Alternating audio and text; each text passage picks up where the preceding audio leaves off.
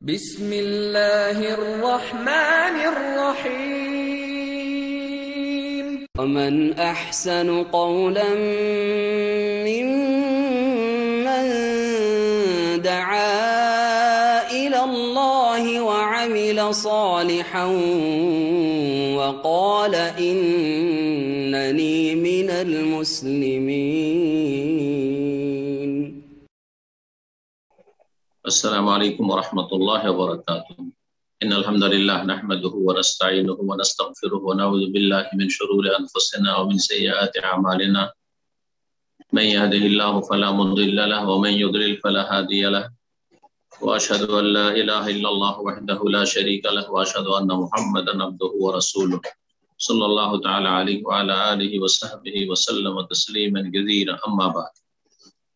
সম্মানিত দিনী ভাতৃমণ্ডলী, আল্লাহ রাব্বুল আলামিনের প্রশংসা এবং প্রিয় নবী শেষ নবী মুহাম্মদ রাসূলুল্লাহ সাল্লাল্লাহু আলাইহি সাল্লামের উপর সালাতু সালামের পরে আজ রবিবার 10 জিলকাদ 1442 হিজরি মোতাবেক 20 জুন 2021 আমাদের ধারাবাহিক আলোচনা যে চলে আসছে দীর্ঘ সময় ধরে নাজাত প্রাপ্ত দলের আকীদা বিষয় নিয়ে, তার আজকে পর্ব নম্বর 47।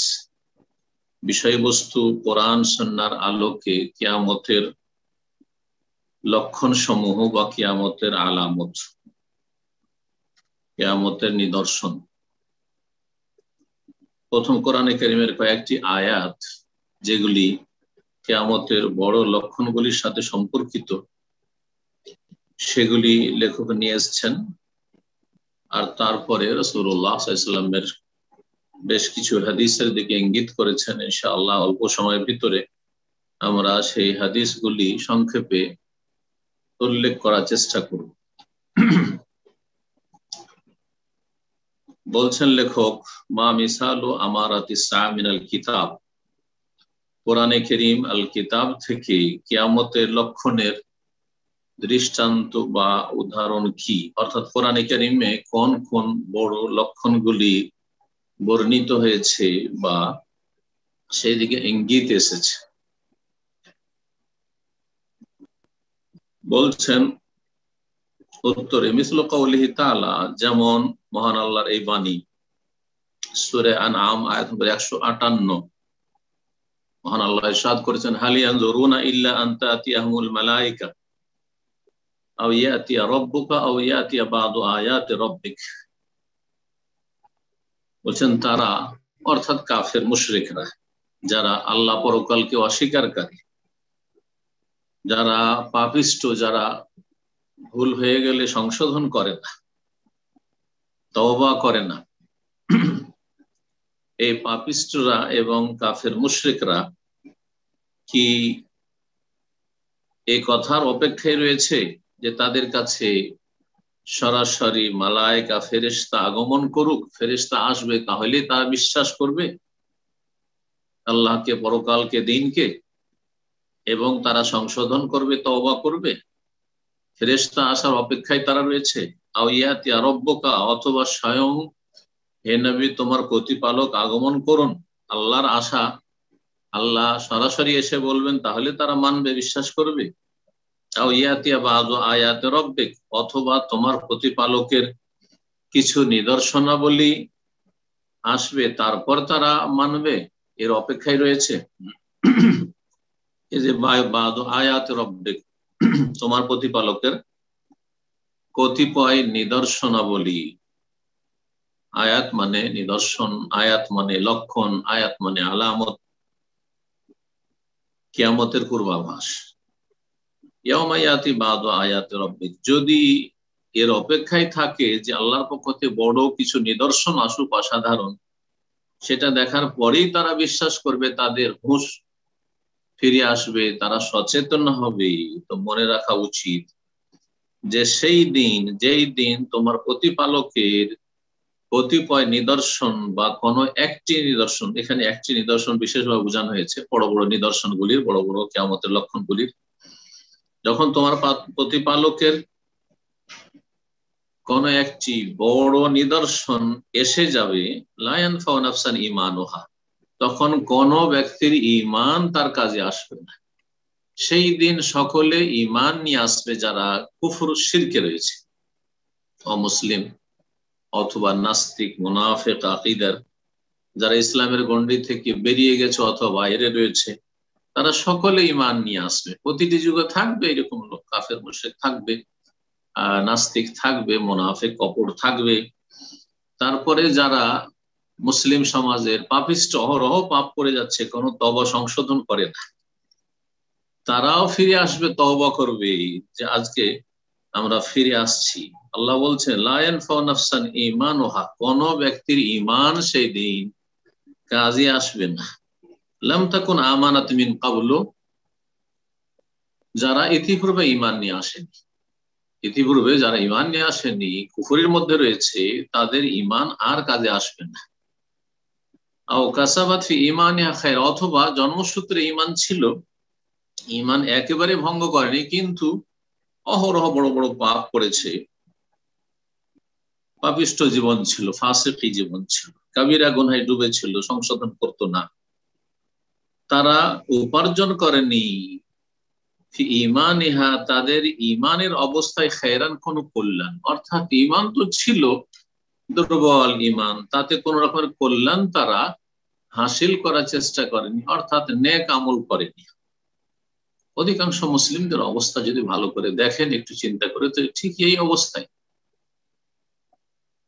দিনের পর দিন, সপ্তাহের পর সপ্তাহ, মাসের পর মাস, বছরের পর বছর চলে যাচ্ছে, দুনিয়ার সবকিছুই করছে, দিনের ক্ষেত্রে একেবারে জিরো, আখিরাতের কর্মসূচি কিছুই নেই,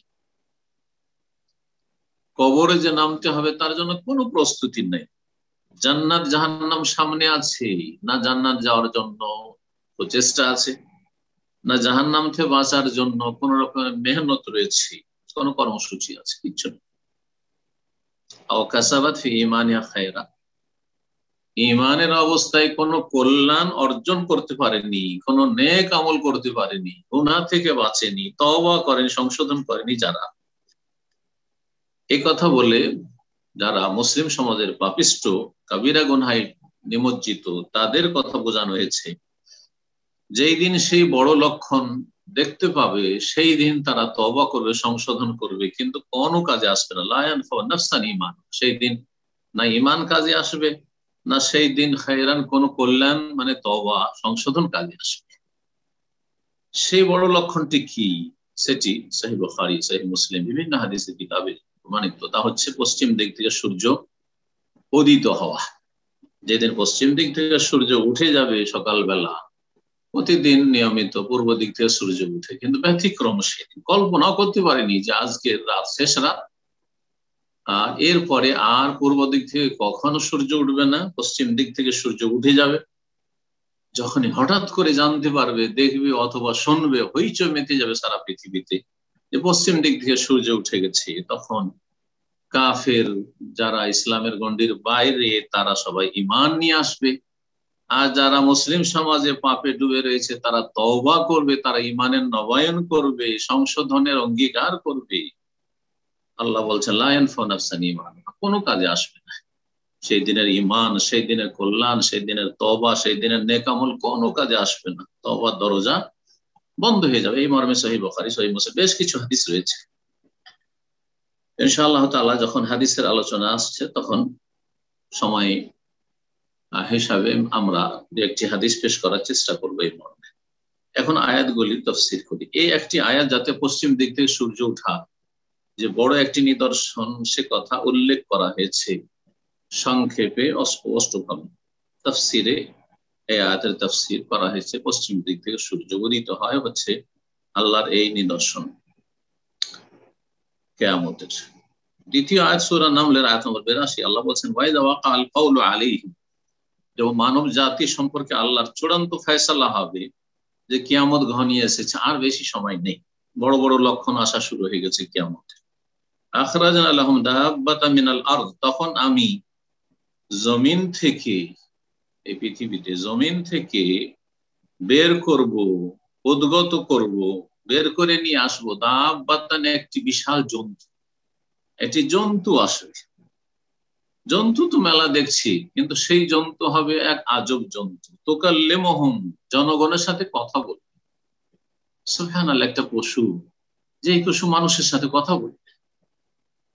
কি কথা বলবে? আন্নান নাসা কানু বিআয়াতিনা লা ইউকিনুন। কোন কোন মুফাসসিরিনগণ বলেছেন যে এই কথাটি বলবে, এটি হচ্ছে সেই জন্তুর বাক্য, যে বর্তমান জনগণ আল্লাহ রাব্বুল আলামিনের যে আয়াত রয়েছে, বিধিবিধান রয়েছে বা নিদর্শনাবলী রয়েছে, তার প্রতি বিশ্বাসী নয়, অবিশ্বাসী। প্রায় মানুষ অবিশ্বাসী হয়ে পড়েছে। আজকে দেখেন, সুবহানাল্লাহ, অবাক হয়ে যাবেন, যাদেরকে আমরা মুসলিম বলছি, জন্মসূত্রে মুসলিম, দেখছি তাদের কাগজে কলমে মুসলিম, তাদের অধিকাংশই কিন্তু আখিরাত সম্পর্কে একেবারে উদাসীন, একেবারে উদাসীন। অবিশ্বাসী বলে ঘোষণা অনেকে করে দিয়েছে। এগুলো বিশ্বাস করে, এগুলো হুজুরদের কথা, এগুলো আগের কথা, এগুলো বুড়োদের কথা। আর অনেকে মুখে হয়তো বলে না, মুসলিম সমাজে বসবাস করে, মুসলিম পরিবারে বসবাস করে, চক্ষু লজ্জায় হোক, সমাজের লজ্জায় হোক, অথবা বলে না এই বিষয়গুলিতে, কিন্তু আসলে এই ক্ষেত্রে একেবারে বিশ্বাস নেই বললেই চলে। প্রকাশ না করলেও অন্তরে তাদের বিশ্বাস নেই। কারণ মানুষের যখন বিশ্বাস থাকে তো কিছু তো কাজ করে। বিশ্বাস থাকলে অবশ্যই কর্মসূচি থাকে। যার যেই সম্পর্কে বিশ্বাস রয়েছে তার কর্মসূচি অবশ্যই রয়েছে। তাতে ত্রুটি থাকতে পারে মানুষের, কিন্তু অবশ্যই কাজ থাকবে। কিন্তু যাদের নেক আমল নেই, পাপে ডুবে থাকছে, জাতিতে মুসলিম, বলবেন যে বিশ্বাসী, আল্লাহ অন্তর্যামী, আল্লাহ অন্তরে হিসাবে, শুধু ঢালা ভারে কাফের বলা কাউকে উদ্দেশ্য মোটেই নয়, আর এটা জায়েজও নয়, আর সন্দেহ করাও জায়েজ নয়, কুধারণাও জায়েজ নয়, সুধারণায় রাখতে হবে। আর ঢালা ভাবে শুধু নামে কাগজে পত্র মুসলিম হলে শুধু মুসলিম, এটাও নয় কিন্তু। তো এই আয়াতে তাহলে সেই যন্ত্র দাব্বাতুল আরদ, জি, অসাধারণ বড় লক্ষণ কিয়ামতের যেগুলি রয়েছে 10টির মতো, তার একটি হচ্ছে এই যন্ত্র কথা বলবে মানুষের সাথে।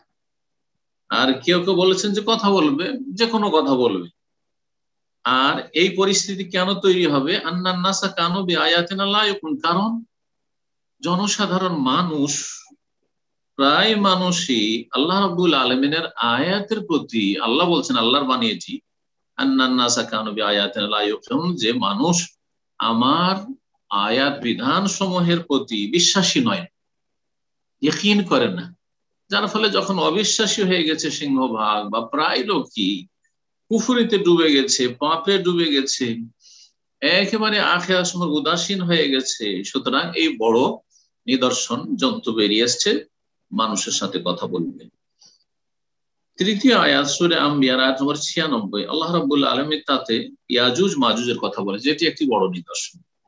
মহান আল্লাহ বলছেন, হাত্তা ইযা ফুতিহাত ইয়াজুজ ও মাজুজ, যখন ইয়াজুজ মাজুজকে উন্মুক্ত করে দেওয়া হবে, মানে ইয়াজুজ মাজুজের যে প্রাচীর রয়েছে সেই প্রাচীর খুলে দেওয়া হবে, ওয়াহুম মিন কুল্লি হাদাবিন ইয়ানসিলুন, তখন এই ইয়াজুজ মাজুজ গোষ্ঠী প্রতিটি উঁচু স্থান থেকে ছুটোছুটি করবে, দৌড় দিয়ে আসবে, সারা পৃথিবীতে ছড়িয়ে পড়বে। আল্লাহু আকবার। এটি একটি বড় নিদর্শন যা কোরআনে কারীম দ্বারা প্রমাণিত।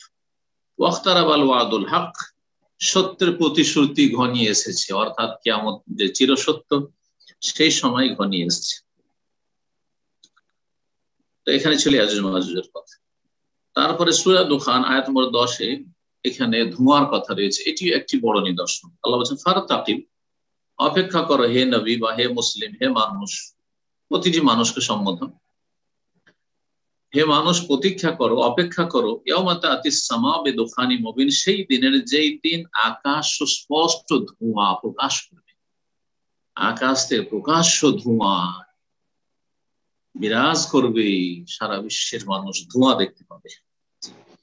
এই দুখান ধোঁয়া বড় কিয়ামতের লক্ষণ। একটি তাফসীর, যেটা এখনো ঘটেনি, ঘটবে কিয়ামত যখন কাছে আসবে তখন, আর সেই সময় এটা খুব কাছে চলে আসছে, আল্লাহ জানে কখন সেটা। আর আরেকটি তাফসীর হচ্ছে যে নবী সাল্লাল্লাহু আলাইহি ওয়াসাল্লাম মক্কি জীবনে এটা হয়ে গেছে, যখন মক্কায় 7 বছরের দুর্ভিক্ষ নেমে এসেছিল নবী সাল্লাল্লাহু আলাইহি ওয়াসাল্লামের বদদুয়ায় কাফের মুশরিকদের উপর। তখন ক্ষুধার তাড়নায় মানুষ পেটের জ্বালায় এত এত কষ্টে ছিল, এত কষ্টে ছিল যে সেই সময় মানুষের পেটে খাবার না থাকলে দুনিয়া অন্ধকার হয়ে আসে আর ধোঁয়া ধোঁয়া মনে হয়। তো ওই রকম তারা ধোঁয়ার মতো দেখতো, ধোঁয়া তো আসলে ছিল না, কিন্তু চোখে ঠিকভাবে দেখতো না, ধোঁয়ার মতো মনে হইতো আকাশের দিকে তাকালে। এটা কেউ কেউ বলেছেন, কিন্তু আগের তাফসীর যেটা হচ্ছে যে সুস্পষ্ট ধোঁয়া, দোখানুম মুবিন, এটি বড় কিয়ামতের আলামত বা লক্ষণ, যা সংগঠিত হবে ইনশাআল্লাহ তাআলা। সূরা হজরা প্রথম আয়াতে আল্লাহ বলছেন, ইয়া আইয়ুহান নাস, হে মানব সকল, ইত্তাকু রাব্বাকুম, তোমাদের প্রতিপালককে ভয় করো, ইন্না জালজালাতাস সাআতি শাইউন আযীম, কারণ কিয়ামতের প্রকম্পন বা কিয়ামতের যে মহাভূমিকম্প, সেটি শাইউন আযীম, ভয়ঙ্কর বিষয় হবে, সেটি বিশাল একটি ভয়ঙ্কর বিষয় হবে, শাইউন আযীম। এই যে কিয়ামতের ভূমিকম্পের কথা বলা হয়েছে বা প্রকম্পনের কথা বলা হয়েছে, মহাকম্পনের কথা বলা হয়েছে, এটাও কিয়ামতের একটি লক্ষণ। সেটা ঠিক কিয়ামত যখন সংগঠিত হচ্ছে সেই অবস্থা বোঝানো হয়েছে, যেমন তাফসীর স্পষ্ট। আর না হইলে পৃথিবীতে যে বিশাল বিশাল 3টি ভূমিকম্প হবে সেদিকেও ইঙ্গিত হতে পারে, যেমন হাদিসে এসেছে, যে হাদিসগুলি আসছে ইনশাআল্লাহ। তারপরে লেখক বলছেন, মা মিসালু আমারাতিস সামিনাস সুন্নাহ, সুন্নাহ থেকে হাদিসে কিয়ামতের বড় লক্ষণগুলির দৃষ্টান্ত কি কি রয়েছে। কিয়ামতের লক্ষণ সম্পর্কে হয়তো আপনাদের জানা আছে, আবার বলছি, তা হচ্ছে কিয়ামতের লক্ষণ 2 ভাগে বিভক্ত। হ্যাঁ, আশরাতে সুগরা বা আলামাতে সুগরা ছোট ছোট লক্ষণ, আর আলামাতে কুবরা বড় লক্ষণ। বড় লক্ষণ 10টির কাছাকাছি বা 10টি বা তার বেশি, হাদিসে 10টি এসছে, আর 1-2টি তাতে আর সংযোজন করলে বেশি হইতে পারে, যাই হোক মোটামুটি 10টি বলতে হয়। আর মাঝারি ধরনের কিছু লক্ষণ রয়েছে, যারা বলেছেন যে মাঝারি লক্ষণ তারা 3 ভাগে ভাগ করেছেন, আর কিছু কিছু লেখক এই বিষয়ে যারা লিখেছেন আর তারা এইভাবে ভাগ করেছেন। আর না হইলে মাঝারি আর ছোট সবগুলি মিলিয়ে ছোট লক্ষণ, আলামাতে সুগরা ছোট ছোট লক্ষণ অসংখ্য রয়েছে, যার অধিকাংশই চলে এসছে, কিছু বাকি আছে আর আসতে আছে, বর্তমানও চলছে। আর জ্ঞানী মানুষ তারা বুঝতে পারছে যে এগুলি কিয়ামতের লক্ষণ। আর বড় লক্ষণগুলি একটিও আসেনি, আর সেগুলি সম্পর্কে অধিক কল্পনা জল্পনার কোনো প্রয়োজন নেই। যখন আসবে দিবালোকের মতো দেখতে পাবেন, শুনতে পাবেন, জানতে পারবেন নিশ্চিত। আগে থেকে ভবিষ্যৎবাণী করে যারা, এই সেই তারা গুমরাহির শিকার হয়েছে এবং তাদের ভক্তরা গুমরাহির শিকার। সুতরাং এই পিচ্ছল রাস্তা থেকে সতর্ক সাবধান। জি, কিয়ামত সম্পর্কে আর কিয়ামতের যে পূর্বাভাসে যেসব বিষয়গুলি রয়েছে সে সম্পর্কে বেশি বেশি যারা কথা বলতে গেছে আর বেশি বেশি চিন্তা করতে গেছে, অধিকাংশ লোকই গুমরাহির শিকার হয়েছে। সতর্ক সাবধান করছি। নিজের করণীয় করুন, আমার করণীয় আমি করব, আপনার করণীয় আপনি করুন। দিনের খেদমতে যতটা আপনি অবদান রাখতে পারছেন, যতটা অংশ নিতে পারছেন, এটাতে আপনি ধন্য, আমি ধন্য। যে যতটা মেহনত করতে পারবে দিনের জন্য এবং আল্লাহর দিনের কাজগুলিকে এগিয়ে দিতে পারবে, হ্যাঁ, সে ততটা সফল। এটা হচ্ছে আসল কামিয়াবি, আসল সফল। তো দেখা যাক তাহলে হাদিসে যে কিয়ামতের বড় লক্ষণগুলি রয়েছে, ছোট লক্ষণ নিয়ে আলোচনা এখানে হবে না। বলছেন প্রথম, মিসলু আহাদিস তুলু ইশ-শামসি মিন মাগরিবিহা, যেমন ওই হাদিসগুলি যেগুলিতে বর্ণিত হয়েছে যে পশ্চিম দিক থেকে সূর্য উদিত হবে। এই মর্মে অনেক হাদিস রয়েছে, তার মধ্যে সহিহ মুসলিমে আবু হুরায়রা রাদিয়াল্লাহু তাআলা আনহু থেকে বর্ণিত হাদিস, লা তাকুমু সাআতু হাত্তা তাতলু আশ-শামসু মিন মাগরিবিহা, অতক্ষণ পর্যন্ত কিয়ামত প্রতিষ্ঠিত হবে না বা অনুষ্ঠিত হবে না, সংগঠিত হবে না, যতক্ষণ পর্যন্ত পশ্চিম দিক থেকে সূর্য উদিত না হবে। ফাইযা তালাআত মিন মাগরিবিহা, যখন পশ্চিম দিক থেকে সূর্য উদয় হয়ে যাবে, আমানান নাসু কুল্লুহুম আজমাউন, সমস্ত লোক ঈমান নিয়ে আসছে। সুবহানাল্লাহ, সমস্ত লোক, কি কালো, কি সাদা, কি শিক্ষিত, কি অশিক্ষিত, কি নর, কি নারী, ছোট বড়, সবাই ঈমান নিয়ে আসবে। আল্লাহু আকবার। কুল্লুহুম আজমাউন ফায়াউমাইযিন লা ইয়ানফা নাফসান ঈমানুহা, সেই দিন কোন ব্যক্তির ঈমান কাজে আসবে না। লাম তাকুন আমানাত মিন ক্বাবলু, যে ইতিপূর্বে ঈমান নিয়ে আসেনি। হ্যাঁ, তার পূর্বেই যদি ঈমান নিয়ে আসতে পারে, সূর্য পশ্চিম দিকে ওঠার কিছুক্ষণ আগেই যখন জানতে পারিনি যে পৃথিবী ধ্বংস হতে যাচ্ছে, যদি ঈমান নিয়ে আসতে পারি তাহলে ভাগ্যবান হবে। এইরকম অনেকে হবে। প্রতিটি মুহূর্তে ইসলাম কবুল করছে মানুষ, তওবা করছে, সংশোধন করছে, তওবা দরজা খোলা আছে। আও কাসাবাত ফি ঈমানিহা খায়রা, অথবা ঈমানের অবস্থায় কোনো কল্যাণ অর্জন যারা ইতিপূর্বে করেনি তাদের আর কোনো নেক আমল কাজে আসবে না।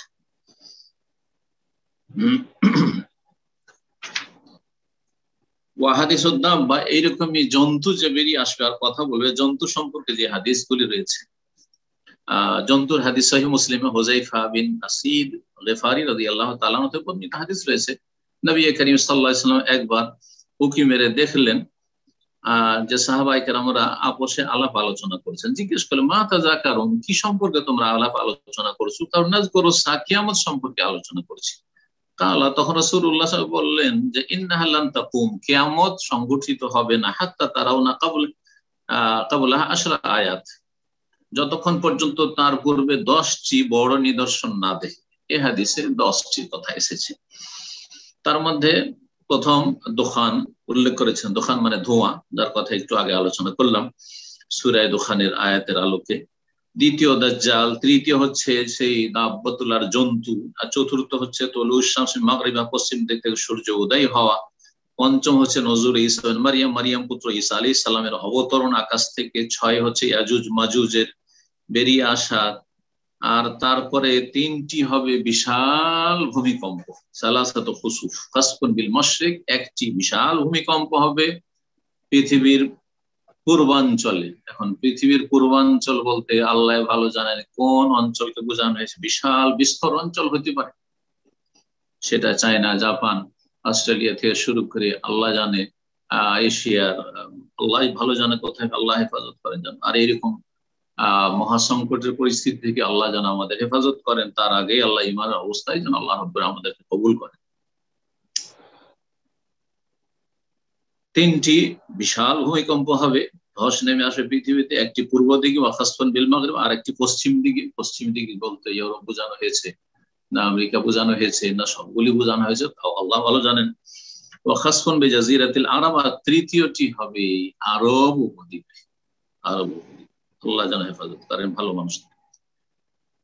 তো এই তিনটি ধরলে, হ্যাঁ, বা তিনটি ধরলে হয়ে গেল 9টি। ও আখিরু যালিকা, সর্বশেষ হবে নারুন, বিশাল আকারের আগুন বেরিয়ে আসবে, তাখরুজু মিনাল ইয়ামান, ইয়ামান থেকে। যে আগুনটা তো মানুষকে তাড়িয়ে নিয়ে যাবে এলা মাহশারিহিম, তাদের সমবেত স্থলে, হাসরের দিকে। সেই হাসরের মাঠ নয় বিচার দিবস, বরং পৃথিবীর যে হাসর সেটা হচ্ছে শাম দেশের দিকে তাড়িয়ে নিয়ে যাবে। হাদিস দ্বারা প্রমাণিত শাম দেশের দিকে ইয়েমান থেকে সে আগুনটি বেরিয়ে মানুষকে তাড়িয়ে নিয়ে যাবে। এই আগুন সম্পর্কে আরো হাদিসে রয়েছে, সেটা বেরোবে মিন কারে আদান। আদান যে ইয়েমানের রাজধানী, সেখানকার একটি গুহা থেকে বেরোবে। 11 নম্বরে আরেকটি অন্য হাদিসে এসছে, সেটাও বড় ধরনের লক্ষণ, যদিও সেটা যে প্রসিদ্ধ বড় 10টি লক্ষণের অন্তর্ভুক্ত নয়, কিন্তু সেটিও বড় লক্ষণ, ছোট নয়। সেটা হচ্ছে যে একটি সুন্দর বাতাস প্রবাহিত হবে, রিহুন জি তুলকিন নাস ফিল বাহার, একটি বাতাস প্রবাহিত হবে। সেই বাতাসে মুমিনদের রূহগুলি, জানগুলি কবজ হয়ে যাবে, মারা যাবে। আর কাফের পাপিষ্ঠদের উপর কিয়ামত অনুষ্ঠিত হবে, যাতে করে মুমিনরা এই কষ্টটা না পায় কিয়ামতের। আর এই হাদিসে রয়েছে রিহুন তুলকিন নাস ফিল বাহার, একটি ঝোড়ো হাওয়া বা ঝড় হবে, সেই ঝড়টি মানুষকে সাগরে নিক্ষিপ্ত করবে, সাগরে নিক্ষিপ্ত করবে।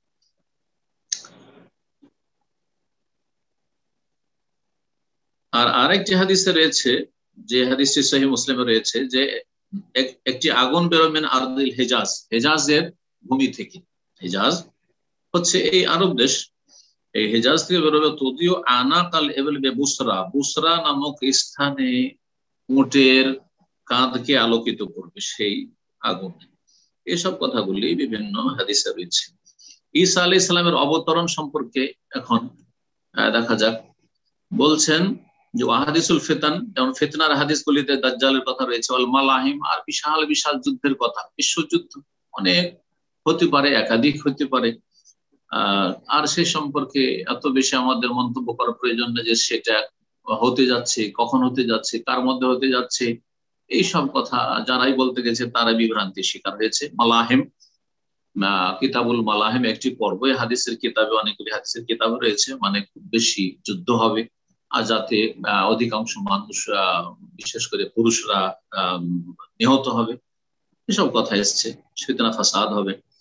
হাদিস নজুল ঈসা, আর ঈসা আলাইহিস সালামের অবতরণের হাদিসগুলি, এই সম্পর্কে সহিহ বুখারী, সহিহ মুসলিম রাদিয়াল্লাহু তাআলা থেকে বর্ণিত হাদিস রয়েছে।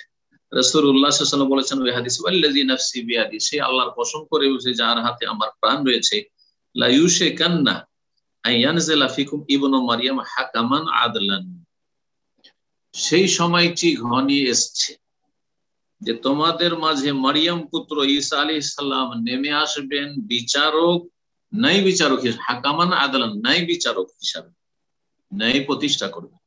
ফায়াকসিরুস সালিব, সুতরাং এই শুলিকে ভেঙে ফেলবেন, যে এই শুলের পূজা করছে খ্রিস্টানরা তা ভেঙে ফেলবেন, যাতে করে স্পষ্ট হয়ে যায় খ্রিস্টান জগতের জন্য যে শুলের পূজা হচ্ছে শিরক, কুফর, এবং আমরা যাকে আল্লাহর পুত্র বলছি তিনি আল্লাহর পুত্র না, তিনি আল্লাহর আব্দুল্লাহ, আল্লাহর বান্দা এবং আল্লাহর রাসূল, এবং তিনি তাওহীদ নিয়ে এসেছিলেন, এই শুলির পূজা নিয়ে আসেননি, তৃতীয়বাদ নিয়ে আসেননি। ওয়ায়াকতুলুল খিনজির, এবং এই খ্রিস্টান জগৎ সবচেয়ে বেশি শুকুর খায় পৃথিবীতে, সেই জন্য শুকুরকে হত্যা করে ঈসা আলাইহিস সালামের দিনে, যে দিনকে বর্তমান এরা খ্রিস্টানরা দাবিদার সেই দিনের, যদিও তারা সেই দিনের উপর নেই, বিকৃত দিন, কেউ মানে বিকৃত দিন বা বিকৃত যে তাদের বাইবেল, সেটাও তারা মানে না।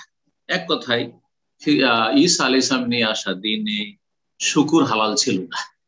সুতরাং বর্তমান যে শুকুর খাচ্ছে খ্রিস্টানরা, সেটা তাদের ধর্মীয় বিষয় না বা ধর্মের বিরোধিতা। ওয়াদাউল জিজিয়া, এবং জিজিয়াকে স্থগিত করে দেবেন। ইসলামের দৃষ্টিতে হয় ইসলাম কবুল করবে, আর যদি ইসলাম কবুল না করতে চাই তাহলে জিজিয়া দিয়ে, মুসলিম দেশে জিজিয়া দিয়ে বসবাস করতে পারে মুসলিম, এবং তাদের জানমাল সবকিছু নিরাপত্তা দেওয়া হবে। জিজিয়ার যে বিধান রয়েছে সেটা ঈসা আলাইহিস সালামের যুগে স্থগিত করে দেওয়া হবে, জিজিয়া না হবে না। তাহলে মাঝখানে এই অপশনটা থাকছে না, তাহলে কি থাকবে? হয় ইসলাম কবুল করো, আর না হলে তোমাদের বিরুদ্ধে জিহাদ হবে। আর এই জিহাদের ঘোষণা ঈসা আলাইহিস সালাম করবেন, ঈসা আলাইহিস সালাম ইমাম মাহদী এই জিহাদের ঘোষণা করবেন। তো তাহলে বোঝা যাচ্ছে যে তখন আর এই জিজিয়ার অপশন থাকবে না। এখানে একটি সংশয় হতে পারে, গুরুত্বপূর্ণ সংশয়, তার উত্তরটা জেনে নেওয়া ভালো।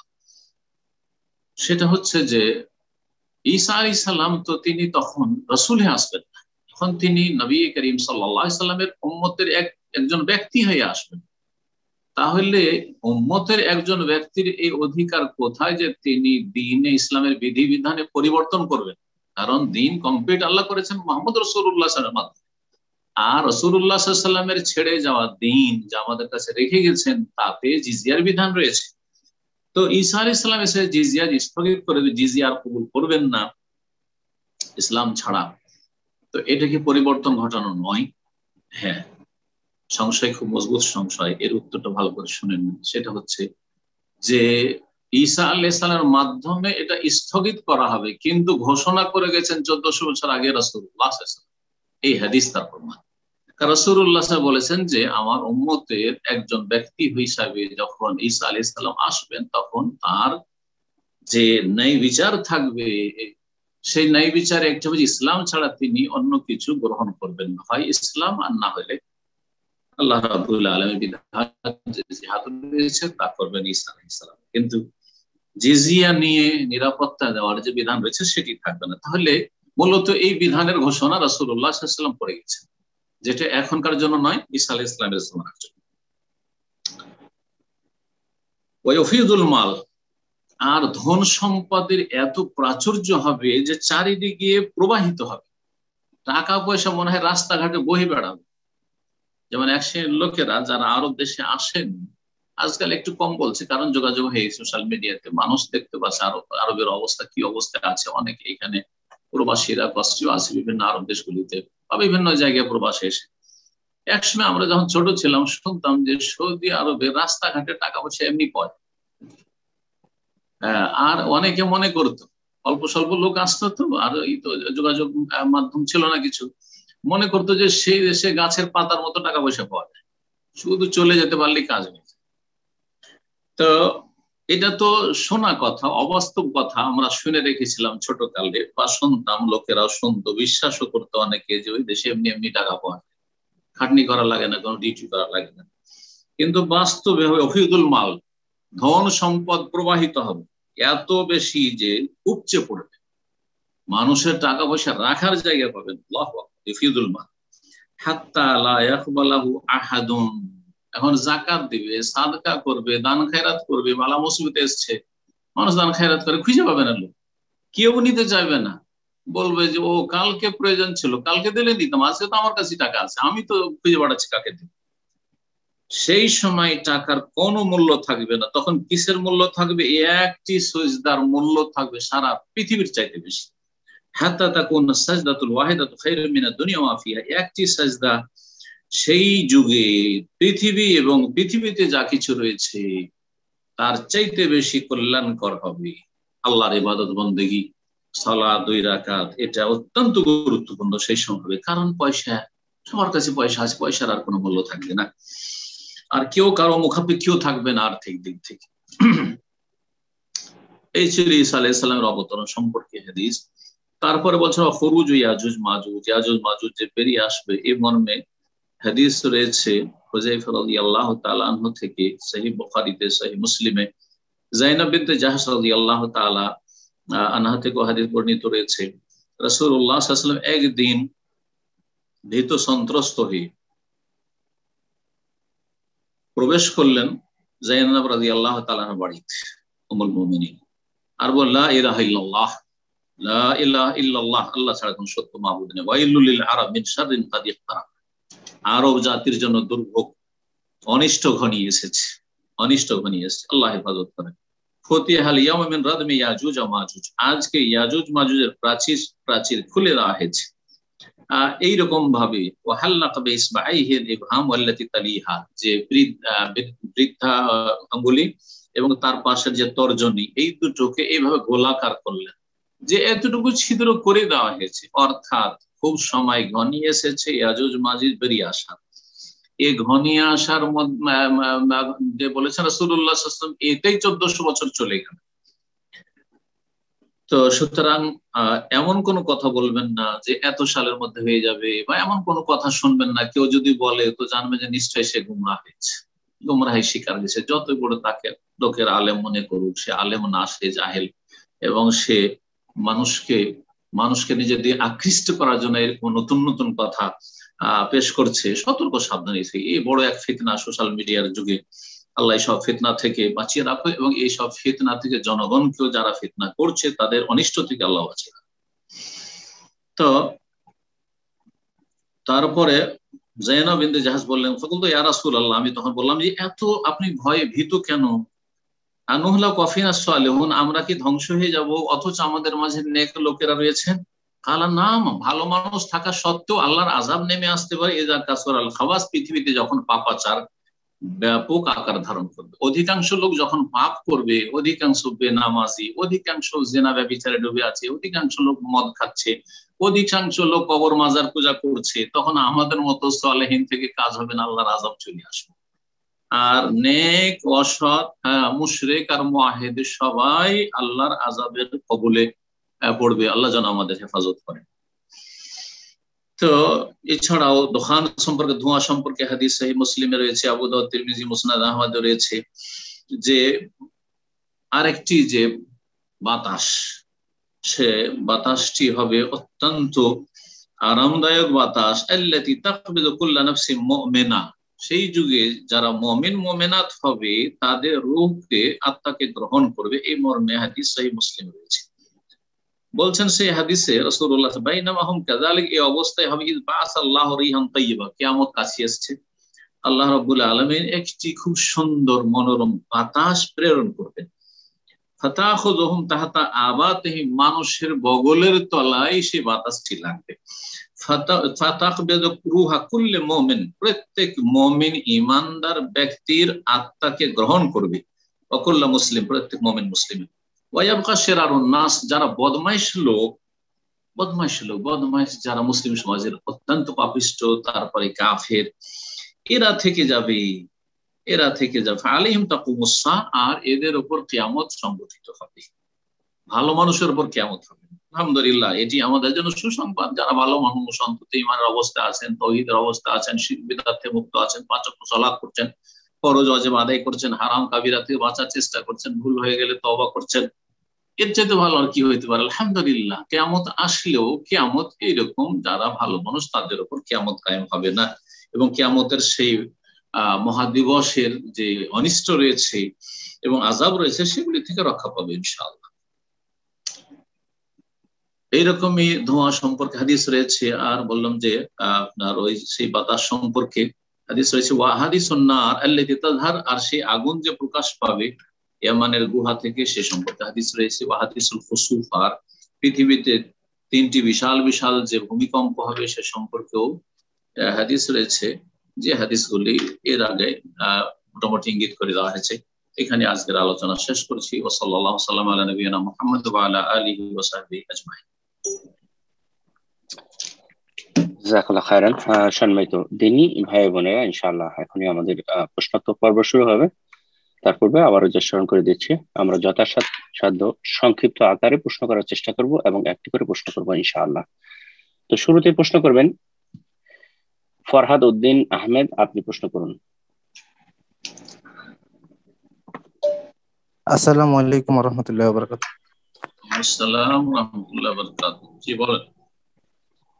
ওস্তাদ জি, আমার প্রশ্নটা দুইটা প্রশ্ন। সেটা হচ্ছে যে আলহামদুলিল্লাহ আমরা আমাদের ওস্তাদদের লেকচার, বিভিন্ন দার্স, যেমন আপনার এই লেকচার বা আমাদের যে আলেমরা খুতবা দেন, তাদের এক একটা বক্তব্য মানে এক একটা ছোটখাটো দার্সের মতো। আলহামদুলিল্লাহ আমরা আমাদের ওস্তাদদের এই বক্তব্যগুলো থেকে আলহামদুলিল্লাহ অনেক কিছুই শিখতে পারি, একদম কোরআন সুন্নাহর হুবহুটাই শিখতে পারি।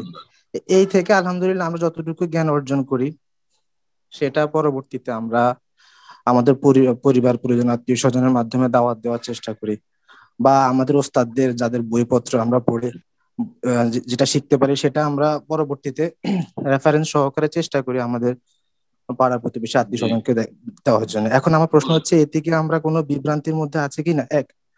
আর নাম্বার 2 হচ্ছে, এতে আমাদেরকে এক শ্রেণীর লোক বলতেছে যে আমরা সবসময় ইউটিউব ভিত্তিক এলএম হাসিল করে থাকি, এগুলো কতটুকু যুক্তিযুক্ত। প্লাস পয়েন্ট, পিতা মাতাও এক এক সময় বিরক্ত হয় যে সারাদিন এভাবে ফোন নিয়ে পড়ে থাকা, এভাবে ভিডিও দেখা, এগুলোকে আসলে চাকরি বাকরি নাই, বা এই ধরনের কথাবার্তা মাঝে মধ্যে পিতা মাতাও বলে থাকে। তো এই হলো আমার আসলে মূল প্রশ্নটা। আল্লাহ সবাইকে বোঝার তৌফিক দান করুন।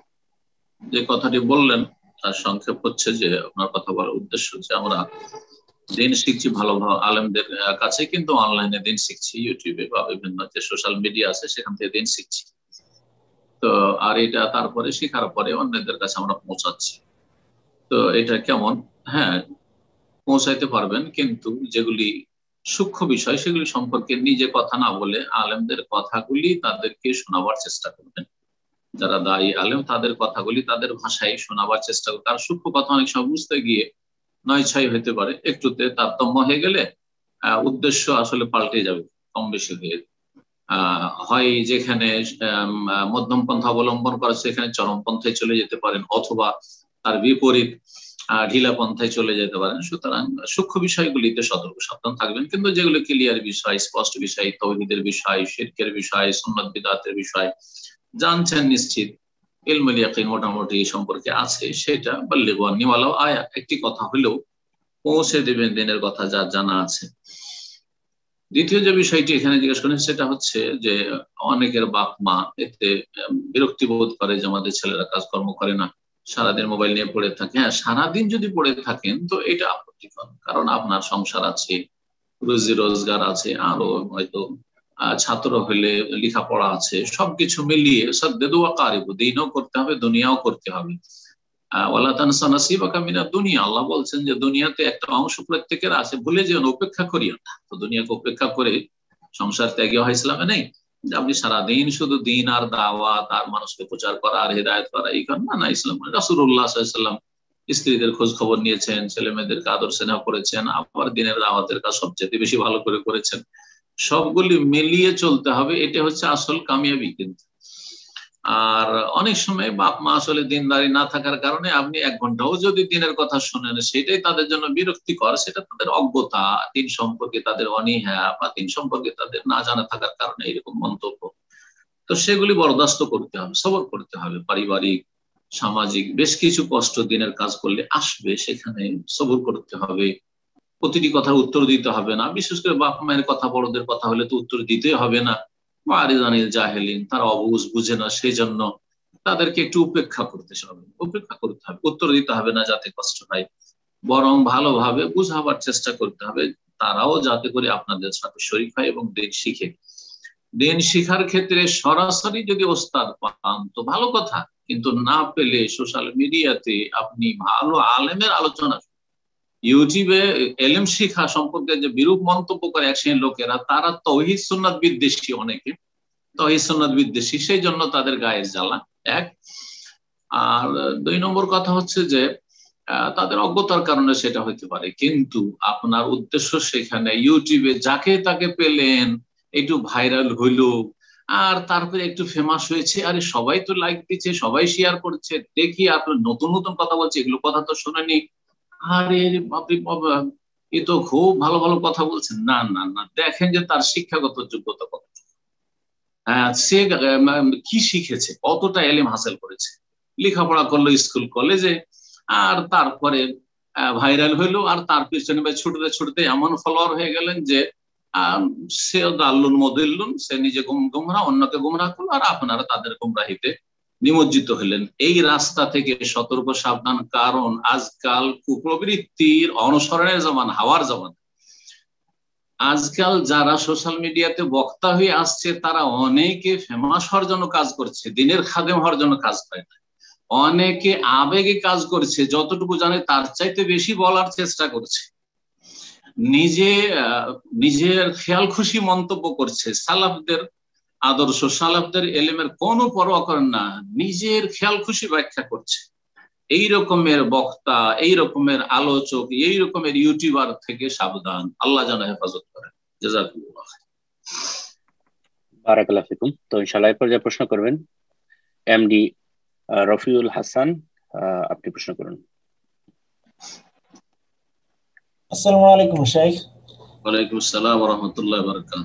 জি শেখ, আমি বাংলাদেশ থেকে বলছিলাম। বলেন।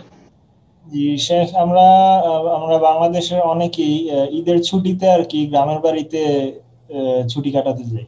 তো সেই সময় কি আমরা কি বাড়িতে গেলে কি মানে এই কসরের সালাত আদায় করাটা উত্তম, নাকি আমরা সম্পূর্ণ সালাতই আদায় করব? বাবার বাড়িতে, দাদার বাড়িতে, নানার না, নানার বাড়িতে মুসাফির, নানার বাড়িতে মুসাফির, অন্য দাদা চাচার বাড়িতে মুসাফির, কিন্তু বাপের বাড়ি গেলে সতর্কতা অবলম্বন করা উচিত। প্রথম কথা যে কোনো জায়গায় 4 দিনের বেশি অবস্থানে নিয়ত করলে আপনি মুক্তিম। ঈদের ছুটি কাটাতে গিয়ে যদি 5 দিন বা 7 দিন থাকবো নিয়ত করে থাকে, তো প্রথম দিন থেকে মুক্তিম, তাহলে আর মুসাফিরই না। যে কোনো ব্যক্তির বাড়ি যান অথবা কোনো হোটেলে অবতরণ করেন, কোনো শহরে অপরিচিত জায়গায় 5 দিন 7 দিন থাকবো, আগে থেকে নিয়ত হয়ে গেছে, তাহলে সেখানে মুকিম শুরু থেকে আপনি। আর যদি 3 দিনের জন্য গেছেন, 4 দিন, 4 দিনের নিচে আছে, 3 দিন 4 দিন, 2 দিনের জন্য গেছেন ঈদ করতে, বাবার বাড়ি গেছেন, বাবার বাড়িটি নিজের বাড়ি, আসলে সেই বাড়িতে আপনি লালিত পালিত হয়েছেন, হয়তো এখন কাজের ব্যস্ততায় বা কোনো কারণে শহরে চলে গেছেন, তো সেই জন্য সেখানে আপনার নিজের বাড়ি মনে করে পুরো সালাত পড়া উচিত। জি, আপনি সেখানে মুসাফির না। আল্লাহ তাআলা আলাম। জাযাকাল্লাহু খাইরান। তো ইনশাআল্লাহ এই পর্যায়ে প্রশ্ন করবেন সাইদ হাসান, আপনি প্রশ্ন করুন। আর পাশাপাশি আবারও চলে ভুলে গিয়েছিলাম যে আপনাদের উদ্দেশ্যে আমরা যারা প্রশ্ন করবো অবশ্যই আমরা যে যেখান থেকে প্রশ্ন করছি আমরা যে এলাকাটা বলার বা আমাদের স্থান বলার চেষ্টা করবো ইনশাআল্লাহ। জাযাকাল্লাহু খাইরান। তো প্রশ্ন করবেন সাইদ হাসান, আপনি প্রশ্ন করুন।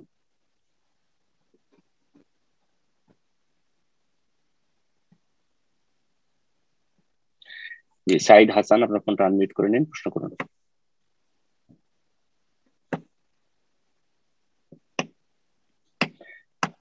সম্ভবত সিস্টেমের প্রবলেম হচ্ছে, তো আমি পরবর্তী ভাইকে সুযোগ করে দিচ্ছি, প্রশ্ন করবেন। মোহাম্মদ কবির, আপনি প্রশ্ন করুন। সরি, মোহাম্মদ খায়ের, খায়ের, আপনি প্রশ্ন করুন। আসসালামু আলাইকুম ওয়া রাহমাতুল্লাহ। ওয়ালাইকুম আসসালাম ওয়া রাহমাতুল্লাহি ওয়া বারাকাতুহু। জি বলেন। উস্তাদ, আমি মোহাম্মদ আউল খায়ের সানিসাইড নিউ ইয়র্ক থেকে বলছি। আচ্ছা, আমাদের বলেন। আমাদের কমিউনিটিতে একটা মসজিদ আছে বাংলাদেশিদের মাধ্যমে পরিচালিত। তো আগে এই মসজিদটাতে তারাবি হতো 8 রাকাত। পরে নতুন কমিটি আসার পরে ওনারা শুরু করে দিল 20 রাকাত। তো আমি কমিটির একজনকে বললাম যে আপনারা কেন 20 রাকাত শুরু করলেন? তো ওনার উদ্দেশ্য হলো এখানে হানাফি ভাইয়েরা বেশি তুলনামূলক ভাবে, যারা কোরআন সুন্নাহ ফলো করে ওদের থেকে হানাফি ভাইদের সংখ্যা বেশি। তো উনি বললো যে একটু ব্যালেন্স করার জন্য এটা শুরু করলাম। তো এই পরিপ্রেক্ষিতে আপনি কি বলতে চাচ্ছেন অ্যাকর্ডিং টু কোরআন সুন্নাহ? এই মেন্টালিটি যদি কমিটির লোকদের মধ্যে থাকে, এটা কি ঠিক আছে? তো এটা জানতে চাচ্ছি। আসসালামু আলাইকুম। দেখেন, তারাবির বিষয়টা যত বড় মনে করছেন আসলে অত বড় নয় সমস্যা। আমাদের দেশের হানাফিরা তাদের মজহাবের অন্ধ গোড়ামি করে, তো তাদের মধ্যে সংকীর্ণতা থাকতে পারে, কিন্তু আপনি যখন কোরআন সুন্নাহর অনুসারী একজন আহলে হাদিস বা একজন সালাফি, তো আপনার মধ্যে উদারতা থাকবে, রিয়াকশন মূলক তাদের সাথে আমরা সংকীর্ণতা দেখাবো না। কেউ সংকীর্ণতা প্রকাশ করলে আমরা আমাদের উদারতায় আপন জায়গায় ঠিক থাকবো, আবেগী হব না। রাসূলুল্লাহ সাল্লাল্লাহু আলাইহি ওয়াসাল্লামের আমলি সুন্নাত হচ্ছে 8-3-11 রাকাত বেতর সহ 11 রাকাত। আর এটা হচ্ছে সংখ্যার দিক থেকে। কোয়ালিটির দিক থেকে সেটা কয়েক ঘন্টার সালাত, রাতের 1/3 বা অর্ধেক, অনেক সময় 2/3 এই 3 কোয়ালিটির কথা আল্লাহ সূরা মুজাম্মিলে বলেছেন। তো কোয়ালিটির সুন্নাতটাও যেন আমাদের সামনে থাকে সালাফি ভাইদের, আহলে হাদিসদের। শুধু গণনাটা আমরা মনে রাখলাম যে 11, কিন্তু 11 নবী সাল্লাল্লাহু আলাইহি ওয়াসাল্লাম পড়েছেন 4 ঘন্টায়, 5 ঘন্টায়, আর আধা ঘন্টাতে 11 পড়বেন আর বললেন যে সব দিক থেকে সুন্নত হয়ে গেল। এইটাও আপনার অর্ধেকটা সুন্নত পালন করলেন।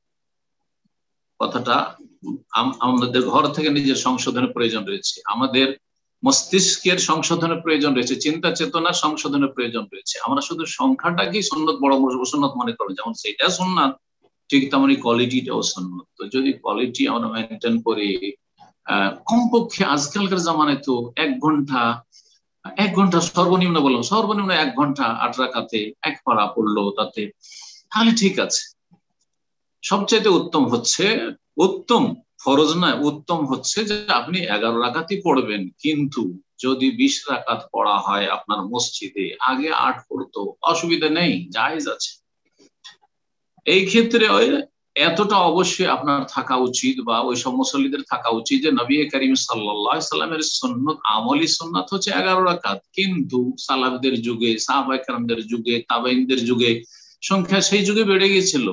কেউ 20 পড়তো, কেউ 26 পড়তো, কেউ 28 পড়তো, কেউ 36 পড়তো, 41 পড়তো। ইমাম মালিকের যুগ, তাবেঈনদের যুগ, অনেক তাবেঈন তখন ছিলেন, অনেক তাবেঈন, অধিকাংশ তাবেঈন ইমাম মালিক রাহিমাহুল্লাহর ওস্তাদ। ইমাম মালিক রহমতুল্লাহ জামানে মদিনার লোকেরা মসজিদে নববীতে 41 রাকাত পড়তো। 41 রাকাত, 40 পড়ার পরে 1 বেতন, না হলে 38 পড়ার পর 3 বেতন, এরকম করে পড়তো। তাহলে বোঝা যাচ্ছে সংখ্যা বাড়ানোর বিষয়টি কোনো নাজায়েজ বিষয় নয়।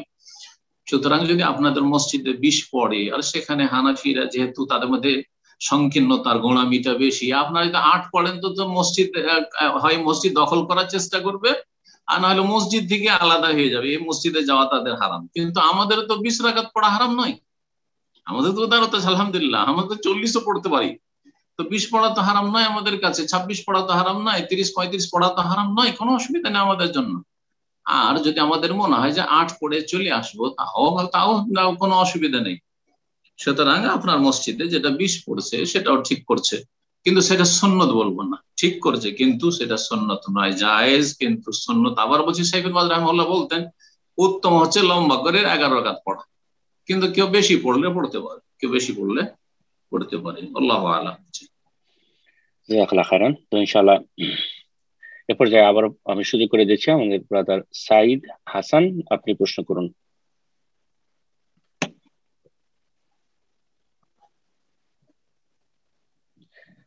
সাইদ হাসান, আপনি হ্যান্ড রাইজ করেছেন। আমি অনুরোধ করব যারা আমরা প্রশ্ন করার জন্য হ্যান্ড রাইজ করেছি আমরা অবশ্যই অ্যালার্ট থাকবো, যখন আপনার নাম কল করা হবে সাথে সাথে প্রশ্ন করার চেষ্টা করুন। তো আমি আবারও সুযোগ করে দিচ্ছি আপনাকে। সাইদ হাসান, প্রশ্ন করুন, আপনার ফোনটা আনমিউট করে নিন। ওকে, ইনশাআল্লাহ। তো আমরা পরবর্তী আরেকজনকে সুযোগ করে দিচ্ছি, এমডি বুরহান উদ্দিন, আপনি প্রশ্ন করুন।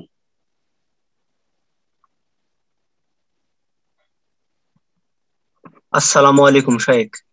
ওয়ালাইকুম আসসালাম ওয়া রাহমাতুল্লাহি ওয়া বারাকাতুহু। জি বলেন। শাইখ, আমি আমার উস্তাদজির এক মসজিদে খুতবা দিই। কোথা তো থেকে? ওখানে মসজিদে, কোথায়? বাংলাদেশ? হ্যাঁ বাংলাদেশ থেকে শাইখ। জি। তো আমার মসজিদে গত 2 জমা থেকে সভাপতি বলছে বিভিন্ন উসিলা দিয়ে যে অমুকে এই দান করছে, তো দোয়া দোয়া চাই, তুমি হাত তুলে দোয়া করে দিবা। অবশ্য আমার মসজিদটা সালাফ মানহাজের। এখন আমি বলি যে দোয়া তো আল্লাহ রাসূল এভাবে করেনি, তো সমস্যা সৃষ্টি করতে লাগে। তো এখন সঠিক পদ্ধতি কোনটা দোয়া করার? নবী সাল্লাল্লাহু আলাইহি ওয়াসাল্লাম দোয়া করেছেন, কেউ যদি দান করে বলেছেন আল্লাহুম্মা সাল্লি আলা আলি ফুলানিন, হাদিস রয়েছে। ওয়াসাল্লি আলাইহিম ইন্না সালাতাকা সাকান। কোরআনে আল্লাহ বলছেন যে হে নবী, যখন কেউ যাকাত দিবে সাদকা দিবে তখন ওয়াসাল্লি আলাইহিম, তাকে দোয়া দাও। ইন্না সালাতাকা সাকান, তোমার দোয়া তাদের জন্য প্রশান্তির মাধ্যম হবে। তো কেউ যদি দান করে দোয়া চায় অথবা না চায়, বলবে জাযাকাল্লাহ খাইর, আল্লাহ আপনার রুজিতে বরকত দান করুক, আল্লাহ আপনাকে আল্লাহ জান্নাতুল ফিরদাউস দান করুক, আল্লাহ আপনাকে আপনার পরিবারকে নেক হায়াত দান করুক, এইভাবে দোয়া দিবেন। কিন্তু হাত তুলে দোয়া সুন্নতের খেলাফ, বেদাত, ওইটা করবেন না। আহলে হাদিস নাম দিয়ে সম্মিলিত মোনাজাত করবেন, এটা বেদাত। আহলে হাদিস করলেও বেদাত, হানফি করলেও বেদাত। কথা বোঝা গেছে? তো কথা হচ্ছে সম্মিলিত মোনাজাত, সবাই মিলে দোয়া করেন একটু অমুক দান করেছে, এটা বেদাত। কিন্তু যে কেউ দান করলো, সে দোয়া চাক আর না চাক, যখন জানতে পারলেন যে সে দান করেছে, জাযাহুল্লাহ খায়র, অমুক ব্যক্তি দান করেছেন, কোনো অসুবিধা নেই। নামটা যদি প্রকাশ করেন তাও কোনো অসুবিধা নেই। তবে দানকারীর উচিত হবে লুকিয়ে গোপনে দান করার, সে নাম প্রকাশ করবেন, এটা হচ্ছে সবচেয়ে ভালো। ওতে বেশি নেকি পাবে সে, ওতে বেশি নেকি পাবে। কিন্তু আমাদের দেশের মানুষ হয়তো অনেকে বুঝে না, মনে করছে এত টাকা দান করলাম, আমি 1 লাখ টাকা দান করলাম, আর নামটাও গ্রামবাসী জানলো না। তো এইখানেই কিন্তু ওর গড়বড়, ওখানে কিন্তু ওর নেকি যে কত কমে গেল আল্লাহ ভালো জানে। তো আল্লাহ যেন বুঝার তৌফিক দান করে, ইখলাস দান করেন, এবং দোয়া করবেন, কিন্তু হাত তুলে দোয়া করবেন না। আপনার ওই মসজিদের যে মালিক, তাকে বলবেন যে হাত তুলে দোয়া নেই, সুতরাং হাত তুলে দোয়া না, তবে আমি দোয়া করছি। জি, যখন দোয়া করতে বলা হবে দোয়াটা দিয়ে দিবেন। জাযাকাল্লাহ খাইরান। তো ইনশাআল্লাহ এই পর্যায়ে প্রশ্ন করবেন সুলতান মাহমুদ, আপনি প্রশ্ন করুন। আসসালামু আলাইকুম রহমতুল্লাহ শাইখ, বাংলাদেশ থেকে বলতেছিলাম। জি বলেন। জি শাইখ, আমার প্রশ্ন যে ইসলামে শরিয়ার ভিত্তিক কোন হিল্লা বিয়ের নিয়ম আছে কিনা, আর হযরত ওমর রাদিয়াল্লাহু তাআলা আনহু কি হিল্লা বিয়ে করছিলেন, এবং হযরত ইবনে আব্বাস রাদিয়াল্লাহু তাআলা আনহু কি কোন হাদিসে এরকম আছে প্রমাণিত যে তিনি হিল্লা বিয়েকে বৈধতা দিচ্ছেন কিনা, বর্ণিত। আর তালাকের নিয়মটা কেমন, একসাথে 3 তালাক দিলে কি তালাক হয়ে যাবে? জি জাযাকাল্লাহু খাইরান। লম্বা প্রশ্ন। আলোচনার সময় তালাকের যে আলোচনাগুলি আছে শেখদের, সেগুলো শুনবেন। আমার আলোচনা আছে, আপনি শুনতে পারেন। হিল্লা বিয়ে হালালা, আসলে হালালা এটাকে বাংলাদেশের মানুষ হিল্লা বলে। ওই হানাফি মাযহাবে হিলা করা যায়। হিলা মানে বাহানা করা, বাহানা করে নাজায়েজকে জায়েজ করার চেষ্টা করা, এটাকে হিলা বলা হয়। ওই হিলাকে হিল্লা করে গিয়েছে, এইভাবে বলে থাকে আসলে। কিন্তু এটা হাদিসের ভাষায় হালালা, মানে হারাম স্ত্রী হালাল হওয়ার পন্থা। হালাল হারাম স্ত্রী 3 তালাক যদি কোন স্ত্রীকে হয়ে যায়, তাহলে অকার্য ভাবে সে হারাম হয়ে যায়। তাকে হালাল বা তার হালাল হওয়ার জন্য শরঈ ব্যবস্থা হচ্ছে যে স্বেচ্ছায় সেই মহিলা কোথাও বিবাহ বসবে, কোনো চুক্তিতে নাই, কোনো ইশারা ইঙ্গিতে নাই যে ভাই তুমি বিয়ে করো, তুমি দাঁড়াও, বিয়ে করার জন্য রেডি হও, আর ওই মহিলা বিয়ে করবে, আর তারপরে তুমি 1 রাত 2 রাত রাখো, আর তারপরে তালাক দিয়ে দিও, তুমি ছেড়ে দিও, তখন আমি বিয়ে করবো, আমার ছেলের সাথে আবার বিয়ে দেবো। এটা হারাম। এইটা হচ্ছে লানতের হালালা। হালালা বা হিলা মালউনা, যার উপর লানত হয়েছে। লানাল্লাহুল মুহাল্লিল ওয়াল মুহাল্লালু লাহু। আল্লাহ রাব্বুল আলামিনের অভিশাপ রয়েছে, লানত, রহমত থেকে বঞ্চিত করবেন যেই ব্যক্তি পাঁঠা হয়ে হালাল করবে আর যার জন্য হালাল করবে। তো আশা করি স্পষ্ট। এটা হচ্ছে হারাম হিল্লা বা হারাম হালালা, যেটা প্রচলিত হানাফি সমাজে রয়েছে নোংরামি।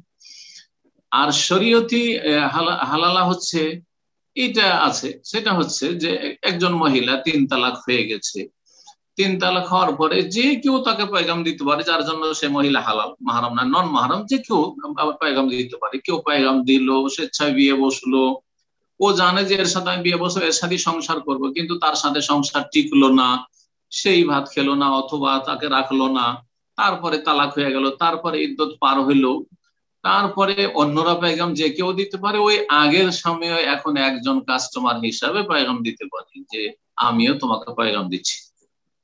এইভাবে হালাল হবে। আল্লাহ বলছেন ফাইন তাল্লাকাহা, 3 তালাক যদি কোনো মহিলার হয়ে যায়, ফালা তাহিল্লু লাহু, সেই মহিলা আর স্বামীর জন্য, যে আগের স্বামী ছিল তার জন্য হালাল হবে না, হাত্তা তানকিহা যাওজান গায়রা, যতক্ষণ পর্যন্ত অন্য স্বামীর সাথে বিয়ে না হবে। স্বেচ্ছায় বিয়ে হবে, বিয়ে হবে সংসার করার উদ্দেশ্যে, শুধু হালাল করার উদ্দেশ্য না, হিল্লা নয়।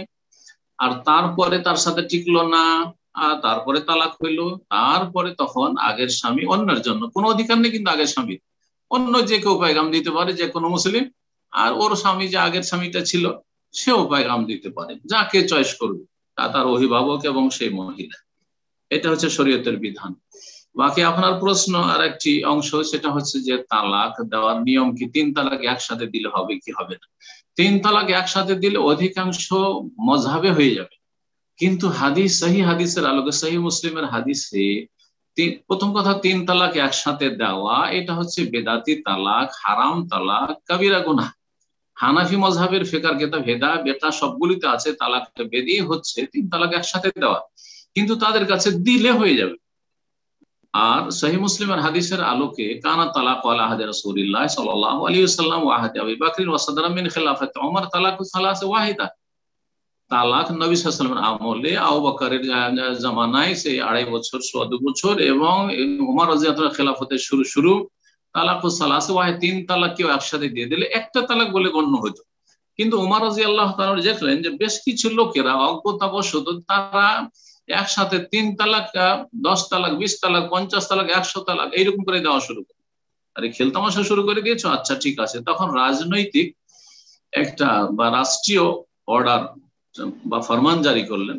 সেই ফরমান হচ্ছে যে তোমরা এত বেশি বাড়াবাড়ি করছো তালাক সম্পর্কে, তালাক দিলে 3 তালাক দিলে 3 তালাকই গণ্য করে তোমাদের বিবিকে বিচ্ছিন্ন করে দেবো, হারাম করে। এটা তার রাষ্ট্রীয় ফরমান ছিল, সেটা শরঈ বিষয় ছিল না। তো এটাকে অন্যরা ধরে নিয়েছে, আর তারপরে বলছে 3 তালাক দিলে 3 তালাক হয়ে যাবে। কিন্তু সেই হাদিসের আলোকে 3 তালাক এক মজলিসের একসাথে দিলে 1 তালাক হয়। সুন্নতি তরিকা হচ্ছে একটা তালাক দিবেন এমন পাক অবস্থায়, মাসিক থেকে পাক হওয়ার পরে, যাতে স্পর্শ করা হয়নি, মানে সহবাস হয়নি, যাতে বাচ্চা পেটে আসার সম্ভাবনা না থাকে। আর একটা তালাক দেওয়ার পরে 3 মাসিক পার হইলে অটোমেটিকলি সে বায়না, মানে বিচ্ছিন্ন হয়ে গেল, অন্য জায়গায় সে বিবাহ বসতে পারবে ইদ্যত কাটিয়ে। আর আপনার স্ত্রী বলে আর গণ্য থাকবে না। তবে আপনার সামনে একটা অপশন থাকবে যে আপনি সরাসরি বিয়ে নবায়ন করে ইদ্যত পার হলে নিতে পারবেন। এটা সবচেয়ে উত্তম এবং শরঈ তালাকের তরিকা। 1 তালাক দিবেন এমন তোহর পবিত্রতায় যাতে কোনো সহবাস হয়নি, আর তারপরে 3 মাসিক পর্যন্ত ছেড়ে দিবেন। আপনিও চিন্তা করেন, স্ত্রী পক্ষ চিন্তা করুক, ফিরে আসলে আসুক 3 মাসিকের মধ্যে, যদি ফিরে না আসে তাহলে তালাকে বায়ন হলো, কিন্তু স্থায়ীভাবে হারাম হলো না। 3 মাস পরে, 6 মাস পরে যদি মনে করেন যে আমি তাকে ফিরাবো, তাহলে বিয়ের নবায়ন করেন, নতুন করে মোহর দিন। খুব সহজ বিষয়, দিন সহজ, এটাকে জটিল করে দিয়েছে এক শ্রেণীর লোকেরা। জাযাকুমুল্লাহু খাইরান। জি, বারাকাল্লাহু ফিকুম। তো ইনশাআল্লাহ প্রশ্ন করবেন মঈনুদ্দিন, আপনি প্রশ্ন করুন।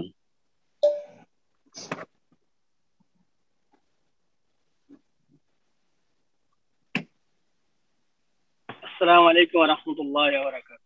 ওয়া আসসালামু ওয়া রাহমাতুল্লাহি ওয়া বারাকাতুহু। শাহেদ নিউ ইয়র্ক থেকে বলছি। জি মঈনুদ্দিন ভাই বলেন। ভালো আছেন? আমার আলহামদুলিল্লাহ। আমার প্রশ্নটা হলো, আমাদের দ্বীনী ভাইদের মধ্যে অনেক অনেক বেমিল আছে, যে একতা হয়ে আমরা কোনোভাবে কাজ করতে পারতেছি না। তো আমাদেরকে একটু নসিহত করেন যে আমরা সবাই এক হয়ে যে কাজ করতে পারি। আমাদের অন্তরটাকে পরিষ্কার করতে হবে। ভাই বলছেন যে আমরা দিনী ভাইদের সমস্যা হচ্ছে আমরা একসাথে কাজ করতে পারছি না। সবচেয়ে বড় রোগ হচ্ছে আমাদের অন্তরে রোগ, অন্তরে সংকীর্ণতা, অন্তরটা এত সংকুচিত যে কারো ভুল ভ্রান্তি হলে আমরা উপেক্ষা করতে জানি না। অথচ দিনের একটি গুরুত্বপূর্ণ বিষয় হচ্ছে যে যাদের সাথে চলাফেরা আসে, দিনী ভাই, পাড়া প্রতিবেশী হোক, আত্মীয় স্বজন হোক, অথবা নিজের বাড়ির সদস্যরা হোক, উপেক্ষা করা, ইগনোর করা, উপেক্ষা করা। সব ভুলের ক্ষেত্রে, সব কিছুর ক্ষেত্রে, সবকিছু একটা খারাপ আচরণের ক্ষেত্রে যদি আমরা ধরি, তাহলে একজন মানুষও আমাদের সাথে চলতে পারবো না, আর একজনের সাথে আমিও চলতে পারবো না। এই জন্য কোরআনে কারিমে ফাফু ওয়াসফাহু, ফাফু ক্ষমা করো, ওয়াসফাহু এবং উপেক্ষা করো, বেশ কিছু আয়াতে এই শব্দগুলি এসেছে। তো সাফন, হ্যাঁ জি, তারপর এরাজ করাও, উপেক্ষা করা, এই শব্দগুলি বিভিন্ন ভাষায় কোরআনে কারিমে এসেছে। সুতরাং আমাদের অন্তরকে উদার করতে হবে, উপেক্ষা করতে শিখতে হবে, ক্ষমার দৃষ্টিতে দেখতে হবে। মানুষ কেউ পারফেক্ট নয়, মানুষ কেউ ভুলের ঊর্ধ্বে নয়, ভুল হতেই পারে। এবং সামান্য কথা, সেন্টিমেন্টটা নিয়ে নেওয়া, এইসব বাদ দিতে হবে, এই সংকীর্ণতা বাদ দিতে হবে। আর তারপরে এগুলোর পিছনে কি লাগবে জানেন? ইখলাস, আল্লাহর জন্য কাজ করছে। কে কি করলো, কে কষ্ট দিল, এসব দেখার বিষয় না। আমি আপন গতিতে আমি কাজ করে যাই এবং সবার সাথে ভালো কাজে সহযোগিতা করি। তো আমরা আসলে অধিকাংশ ভাইয়েরা হয়তো তাওহীদটা ঠিক হয়েছে, সুন্নতটা ঠিক হয়েছে, শিরক বিদআত থেকে মুক্ত হয়ে গেছে, প্রচলিত দেশের শিরক বিদআত গুলো থেকে মুক্ত হয়ে গেছেন, কিন্তু আখলাকিয়াতের ক্ষেত্রে যে চারিত্রিক ইসলামিক বৈশিষ্ট্যগুলি রয়েছে, ইসলামী আখলাকের ক্ষেত্রে আমাদের অনেক ত্রুটি রয়েছে, অনেক ত্রুটি রয়েছে। ধৈর্য কম, তো মানুষকে ছাড় দিতে জানি না, উদারতার অভাব, আর তারপরে আমার সাথে খারাপ আচরণ করেছে, আমি কেন তার সাথে ভালো আচরণ করব ইত্যাদি, অথবা সে আমার সাথে খুব একটা খাতির রাখে না, তার সাথে বা খাতির কেন রাখবো। ইখলাস, আমাদের ইখলাসে ত্রুটি। আল্লাহ যেন আমাদের অন্তরে ইখলাস দান করেন। আর শয়তান কিন্তু সবসময় লেগে আছে। আমি এর আগে বহুবার বলেছি যে যাদেরকে ইবলিস শয়তান শিরিক করাতে পারে না, বেদাত করাতে পারে না, আহলে হাদিস, সালাফি, কোরআন সুন্নাহর অনুসরণের দাবিদার যেসব ভাইয়েরা বোনেরা যেখানে রয়েছেন, তাদের ক্ষেত্রে শয়তান বেশি মেহনত পরিশ্রম করছে। যারা শিরক করে, সহজ, শিরক করে দিলে কাজ হয়ে গেল, বেদাত করে দিলে কাজ হয়ে গেল, ও ধর্ম মনে করে কাজ করে যাচ্ছে, ও গিয়ারে চলে আসছে, এমনিতেই কাজ করতে, মিলাদ পড়তেই থাকবে, মিলাদের সময় আসলে হ্যাঁ ও নিয়ত পড়তেই থাকবে, ও সম্মিলিত মোনাজাত করতে থাকবে, যত বিদাত আছে করতেই আছে। কিন্তু যারা কোরআন সুন্নাহর অনুসারী আহলে হাদিস সালাফি, তাদেরকে তো এগুলো করাইতে পারেন না। তখন এদের পিছনে জিন শয়তানের মেহনত পরিশ্রম বেশি। এটা হচ্ছে অন্তরে ফাটল ধরা, ভুল বুঝাবুঝিতে ফেলো এদেরকে, কুধারণা সৃষ্টি করে এদের মধ্যে, ওয়াসওয়াসা দেওয়া এদের মধ্যে যে এ তোকে ভালোবাসে না, এ তোকে কিন্তু খারাপ নজরে দেখে, ইত্যাদি ইত্যাদি। মানুষ শয়তান, জিন শয়তান এখানে খুব বেশি কাজ করছে। এই জন্য হাদিসে রয়েছে যে আরব দেশের লোকদের সম্পর্কে, আর এই হাদিসটি সালাফি আহলে হাদিসদের ক্ষেত্রেও ফিট। ইন্না শাইতানা ইয়াইসা আন ইয়াবুদাহুল মুসাল্লুনা ফি জাজিরাতিল আরব, শয়তান নিরাশ হয়ে গেছে, হতাশ হয়ে গেছে যে আরবরা আরব দ্বীপে মূর্তি পূজা করবে, শয়তানের পূজা করবে, এটা আর করাইতে পারবে না। দেখেন কবর পূজা, মাজার পূজা নেই আরব দেশে, আলহামদুলিল্লাহ। আর এখানে না মূর্তি পূজা আছে, দর্গা পূজা আছে, না দুর্গা পূজা আছে, কোনো পূজা নেই, বিদআত থেকেও মুক্ত আছে। ওয়ালাকিন ফি তাহরিশে বাইনাহুম, তবে আপোষে লড়াতে থাকবে, আপোষে লড়াতে থাকবে, কলহ বিবাদ সৃষ্টি করতে থাকবে। আহলে হাদিস ভাইদেরকে, বোনদেরকে বলবো যে একটু চিন্তা করবেন, শয়তানকে সুযোগ দিচ্ছেন, কেন সুযোগ দিচ্ছেন? ছাড় দিতে শিখুন, দিনী ভাইদেরকে ছাড় দিতে শিখুন, দিনী বোনদেরকে ছাড় দিতে শিখুন। আল্লাহ যেন তৌফিক দান করেন। ইখলাস নিয়ে আসার চেষ্টা করুন, আল্লাহ যেন ইখলাসের সাথে দিনের কাজ করার তৌফিক দান করেন। ইনশাআল্লাহ। বারাকাল্লাহু ফিকুম। এই পর্যায়ে প্রশ্ন করবেন খান ইসফার বিল তারিক, আপনি প্রশ্ন করুন। আসসালামু আলাইকুম শাইখ, আমি ঢাকা থেকে বলছি। জি শাইখ, আমার প্রশ্ন হচ্ছে শাইখ রোবট নিয়ে। শাইখ, মানুষ আকৃতির রোবট বানানো কি জায়েজ, যেখানে রোবটের চেহারা বা মাথা থাকে, এগুলো কি মানে জায়েজ কিনা? এই ব্যাপারে জানি না, স্টাডি করিনি। প্রথম প্রশ্ন এসছে রোবট সম্পর্কে, ইনশাআল্লাহ স্টাডি করে দেখবো আমরাও। ঠিক আছে, জাযাকাল্লাহ। বারাকাল্লাহ ফিকুম। তো ইনশাআল্লাহ পর্যায়ে প্রশ্ন করবেন ইকবাল রফিক, আপনি প্রশ্ন করুন।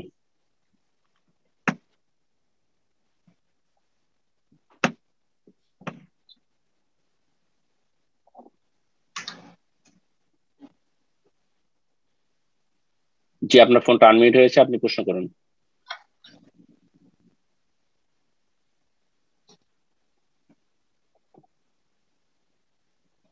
সম্মানিত দিনী ভাই বোনেরা, যারা আমরা প্রশ্ন করার জন্য হ্যান্ড রেজ করে থাকি, আমরা সর্বদা চেষ্টা করব সাথে সাথে প্রশ্ন করার, যাতে আমরা সময়টা কাজে লাগাতে পারি। তো ইনশাআল্লাহ এই পর্যায়ে আমরা সুযোগ করে দিচ্ছি। জেসমিন, আপনি প্রশ্ন করুন।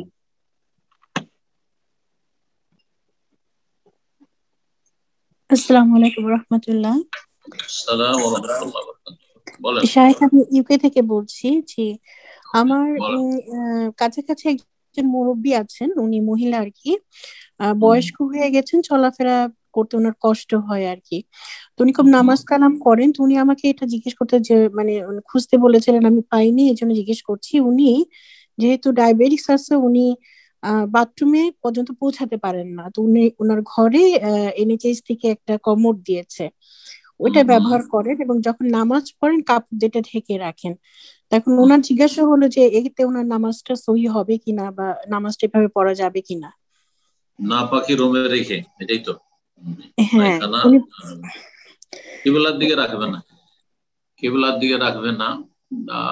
যথাসাধ্য পারলে রুম থেকে তখন বের করে দিবে, তখন বাথরুমে ফেলে দিবে। আর যদি তার সম্ভব না হয় তো কিবলার দিকে রাখবে না, পিছন দিকে থাকবে। আল্লাহু আলাম। কিন্তু যথাসাধ্য চেষ্টা করবে। অসুবিধাটা কি, যাবেন যখন সালাতের সময় আসবে তখন বাথরুমে ফেলে দেবে না পাকি পেশাব পায়খানা যেগুলো থাকবে। জি, জাযাকাল্লাহ খাইরান। এ পর্যায়ে প্রশ্ন করবেন আরনাব, আপনি প্রশ্ন করুন।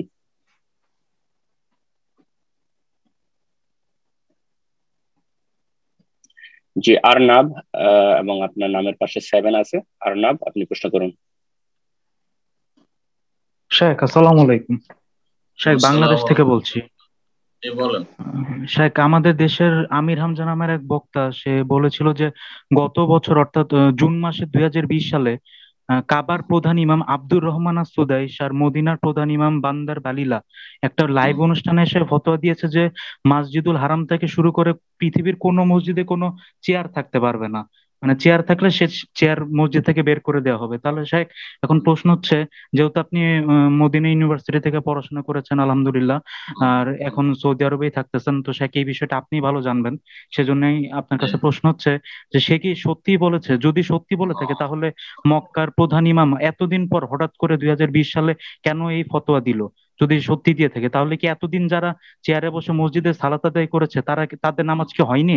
আর যদি সে এরকম যদি মক্কার ইমাম ফতোয়া দিয়ে না থাকে, তাহলে সে যে ইমামদের, মক্কার এত সম্মানিত ইমামদের সম্পর্কে যে মিথ্যাচার করলো, এটার মানে সম্পর্কে ইসলামের শরীয়ত কি বলে? যে শেখ, এটাই একটু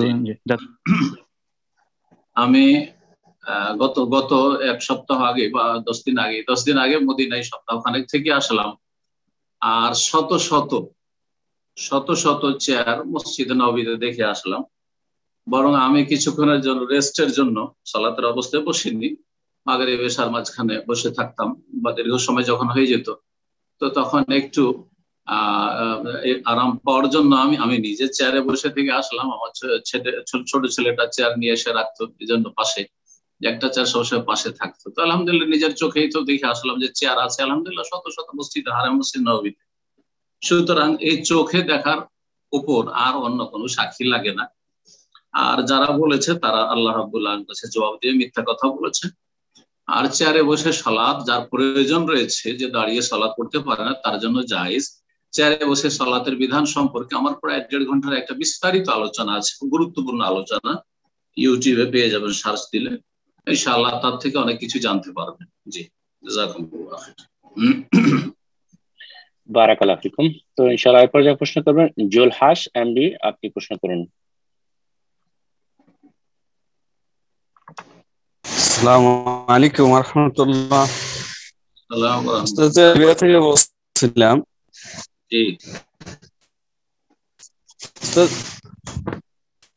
বলেন। যে আমাদের এখানে কিছু ভাই মাথায় চুল কিছু নেই, কি চুল লাগাইতে চায় নাই, অন্য জায়গায় আছে আইনে আর কি সামনে লাগাইতে চায়। এখন এই চুল লাগাইতে পারবো কিনা? নকল চুল না, জায়েজ নয়। পুরুষ হোক আর নারী হোক চুল লাগানো জায়েজ নয়। জি, চুল লাগানো লান আল্লাহুল ওয়াসিলা ওয়াল মুস্তাওসিলা, রাসূলুল্লাহ প্রসিদ্ধ হাদিস, আল্লাহ লানত রয়েছে যে চুল লাগাবে অন্যের চুলে, আর আল মুস্তাওসিল, আর যে চুল লাগানো যার লাগানো হবে এবং যে এই পেশা করবে, দুইজনের উপর লানত রয়েছে। জি, এই পেশাও জায়েজ নয় আর এটা করানো নিজের জন্য জায়েজ নয়। হারাম লানতের কাজ, আর লানত কাবিরা গুনার উপর হয়ে থাকে, সুতরাং এগুলো কাবিরা গুনার উপর। জাযাকাল্লাহ খাইরান। তো ইনশাআল্লাহ এই পর্যায়ে ঔষধ ব্যবহার করবেন। জি জি স্যার, জাযাকাল্লাহ খাইরান। তো ইনশাআল্লাহ এই পর্যায়ে প্রশ্ন করবেন এস কে আসগার, আপনি প্রশ্ন করুন।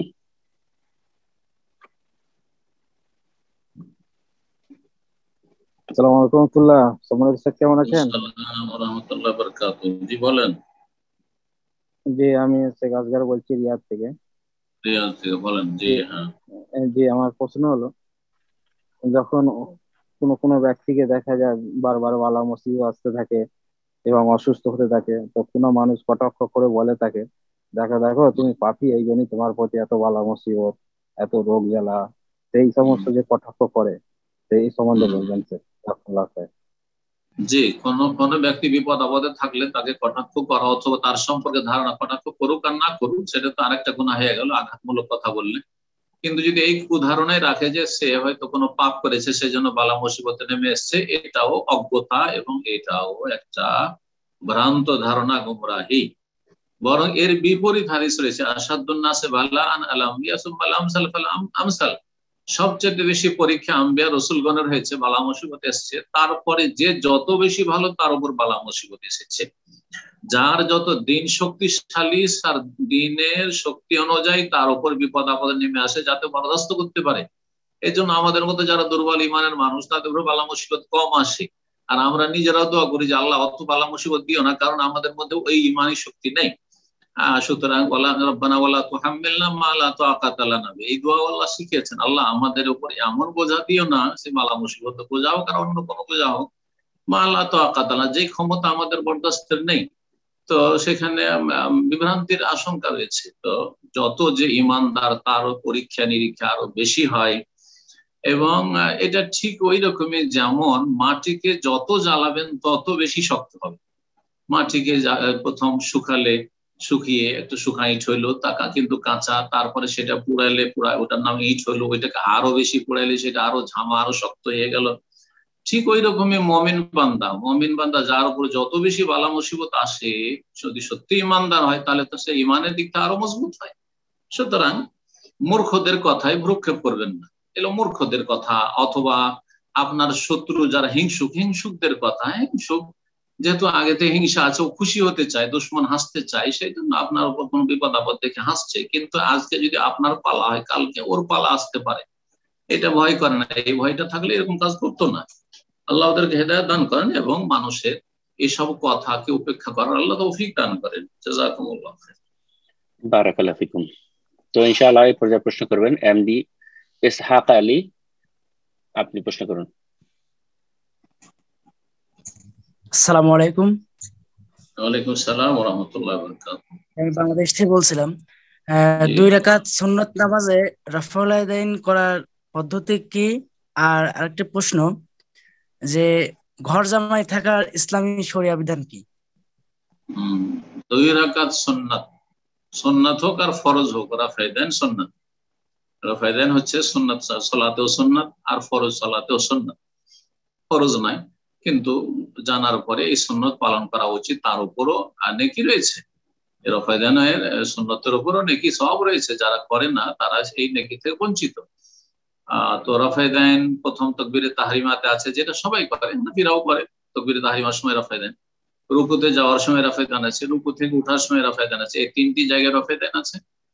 আর 3 রাকাত বা 4 রাকাত বিশিষ্ট 2 তাশাহুদ বিশিষ্ট সালাত হলে প্রথম তাশাহুদ থেকে যখন উঠবেন তখন একবার রাফাইদান আছে। এটা দিয়ে 4টি জায়গায় সালাতের ভিতরে রাফাইদান আছে। 2 রাকাত সালাত হলে তাতে 3 বার রাফাইদান আছে এক রাকাতে। জি, আর ঘর জামাই সম্পর্কে বলছেন, ঘর জামাই কোনো আপত্তিকর না, এটা আমাদের বাঙালি সমাজের মূর্খতা এবং এটা কুসংস্কার যে ঘর জামাই হলে খারাপ। ঘর জামাই থেকে যদি বাপ মা থাকে বাপ মায়ের হক আদায় করে। হ্যাঁ, বাপ মাকে ছেড়ে যদি সে শ্বশুরের পক্ষ নেই, শাশুড়ির পক্ষ নেই, বাপ মার খোঁজ খবর না নেই, তো সেটা ঘর জামাই কেন? বাবার বাড়ি থেকেও যদি বাবার খোঁজ খবর না নেই তো গুনার কাজ। মায়ের খোঁজ খবর না নেয়, মায়ের পাশে আছে তারপরে খোঁজ খবর নেই না, তাহলে গুনার কাজ।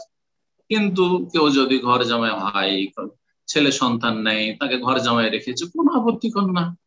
হ্যাঁ, কোনো আপত্তিকর না। আপনাদেরকে উৎসাহিত করছি ঘর জামাই হওয়ার জন্য, যাতে করে এই কুসংস্কারগুলি সমাজ থেকে উঠে যায়। মুসলিম সমাজে যে কুসংস্কারগুলি রয়েছে, ভ্রান্ত ধারণা রয়েছে, সেগুলো সমাজ বিরোধী কাজ করতে হবে। সমাজে যে ইসলাম বিরোধী কাজ রয়েছে সেগুলোর বিরোধিতা করতে হবে। সমাজ বিরোধী বলতে পাপ করতে বলছি না, সমাজ বিরোধী বলতে সমাজে যে অনইসলামিক কাজ রয়েছে বা অনইসলামিক রীতিনীতি রয়েছে সেগুলোর বিরুদ্ধে কাজ করতে হবে। জি, এটা একটা ভালো স্বভাবের কাজ। সুতরাং আপনারা বেশি বেশি ঘর জামাই হন, আমি উৎসাহিত করছি, আবার বলছি যে বেশি বেশি ঘর জামাই হন, কিন্তু বাপ মা বেঁচে থাকে অবশ্যই তাদের সদাচরণ করতে হবে, তাদের প্রয়োজন মিটাতে হবে। জি, জাযাকাল্লাহ খায়রান। সম্মানিত দিনী ভাই বোনেরা, আমরা প্রোগ্রামের একদম শেষ পর্যায়ে চলে এসেছি। এখন থেকে আমরা হয়তো একটা বা দুটো প্রশ্ন আমরা নিব ইনশাআল্লাহ। দেখছি অনেকেই হ্যান্ড রেজ করে রেখেছেন, ইনশাআল্লাহ আপনাদের প্রশ্ন গুলো আমরা নেক্সট উইকে নেওয়ার চেষ্টা করবো। আবার বলে দিচ্ছি যে নেক্সট উইকে 1:30 আপনারা হ্যান্ড রেজ করবেন ইনশাআল্লাহ। তো এ পর্যায়ে প্রশ্ন করবেন নাইম। জি নাইম, আপনি প্রশ্ন করুন।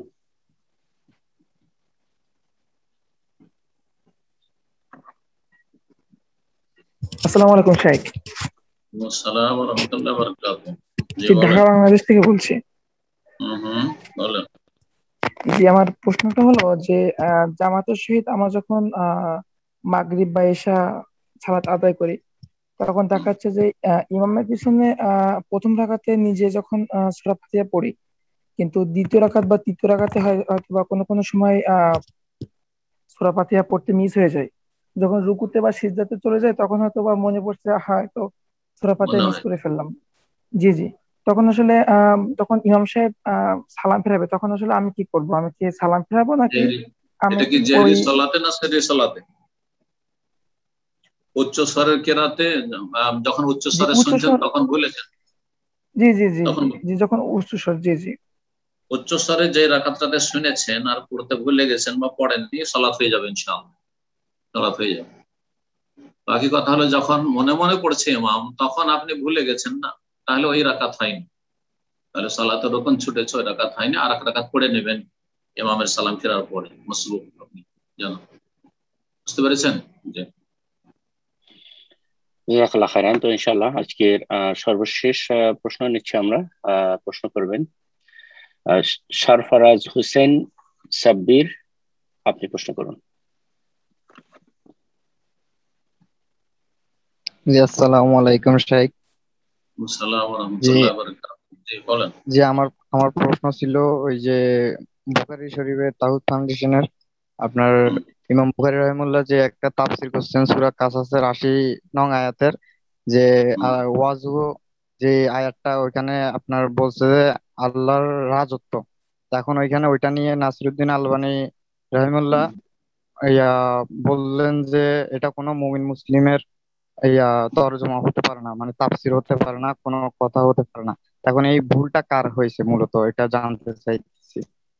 আল্লাহু আলাম, জানা নেই, কিন্তু আল্লাহর ওয়াজহ আছে, আল্লাহর চেহারা আছে, যে কেউ বলুক না কেন প্রত্যেকের কথা নেওয়া যাবে, ছাড়া যাবে। যদি কেউ বলে থাকে ভুল হইতে পারে, কিন্তু সে বিষয়টি কি প্রেক্ষাপটে বলেছেন, এবং তারপরে কেউ যদি ওয়াজহ মানে মুলক তার রাজত্ব করে থাকে, তার মানে এই নয় যে চেহারাকে সে অস্বীকার করেছে। চেহারাকে স্বীকার করার পরে যদি একটা তাফসীর করে যে এটাও তাফসীর হইতে পারে, তাহলে সেটা ভিন্ন বিষয়, সেটা ভিন্ন বিষয়। কিন্তু এরকম হতে পারে। আর ঠিক ওইটা আমার এই বিষয়ে আমি দেখিনি বা জানা নাই এখন। কিন্তু কথা হচ্ছে যে ওয়াজহকে মানতাম। হ্যাঁ, যে ওয়াজহ আল্লাহর চেহারাকে অস্বীকার করবে, আল্লাহর চেহারা নেই, আল্লাহর চেহারা মানে সত্তা, তখন বলবো যে সে আশআরী, সে তাওয়িল করে ফেললো, সে মাতুরিদি, সে আহলে সুন্নাত ওয়াল জামাত নয়, তাওহীদুল আসমা সিফাতের ক্ষেত্রে সে আহলে সুন্নাতের অন্তর্ভুক্ত নয়। তো এইরকমটা এই মুহাদ্দিসরা ছিলেন না। বুখারী, মুসলিম, আবু দাউদ, নাসাঈ, তিরমিজি, ইবনে মাজাহ তারা এরকম ছিলেন না। আশারি মতবাদ তারপরে প্রচার প্রসার লাভ করেছে এবং এই বিভ্রান্তি আইম্মায়ে কেরামদের মধ্যে কারোর মধ্যে ছিল না, আলহামদুলিল্লাহ। জি, জাযাকাল্লাহ খাইরান শেখ। ইনশাআল্লাহ আজকে এখানে শেষ করে দেন, অনেক সময় হয়ে গেল। ইনশাআল্লাহ নেক্সট উইকে আমরা বাকি প্রশ্ন জেনে নেওয়ার চেষ্টা করব ইনশাআল্লাহ। আল্লাহ রাব্বুল আলামিন যেন আপনাদের সবার ভালো করেন, দিন দুনিয়া সব দিক থেকে আল্লাহ যেন ভালো করেন। আল্লাহ ছেলে মেয়েদের ভালো ইসলামী তরবিয়তের তৌফিক দান করেন। আল্লাহ রাব্বুল আলামিন নেক হায়াত দান করেন।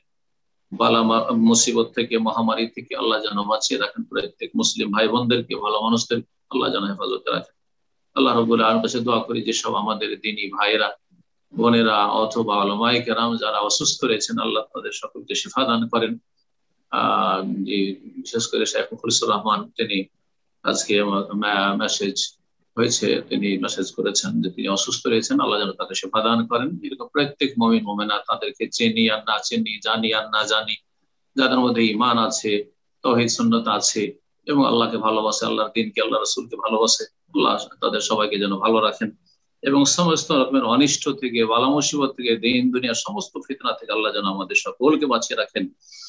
এই সোশ্যাল মিডিয়ার বিভ্রান্তির যুগে আল্লাহ যেন এই সমস্ত রকমের গুমরাহি থেকে, বিভ্রান্তি থেকে, ফিতনা থেকে, নতুন নতুন ফিতনা যে মাথা চাড়া দিচ্ছে, এই সমস্ত ফিতনা থেকে আল্লাহ যেন আমাদের প্রত্যেক ভাই বোনকে আল্লাহ যেন হেফাজতে রাখেন, বাঁচিয়ে রাখেন। ওয়া সাল্লাল্লাহু ওয়া সাল্লাম আলা নবিয়িনা মুহাম্মদ ওয়া আলা আলিহি ওয়া সাহবিহি আজমাইন।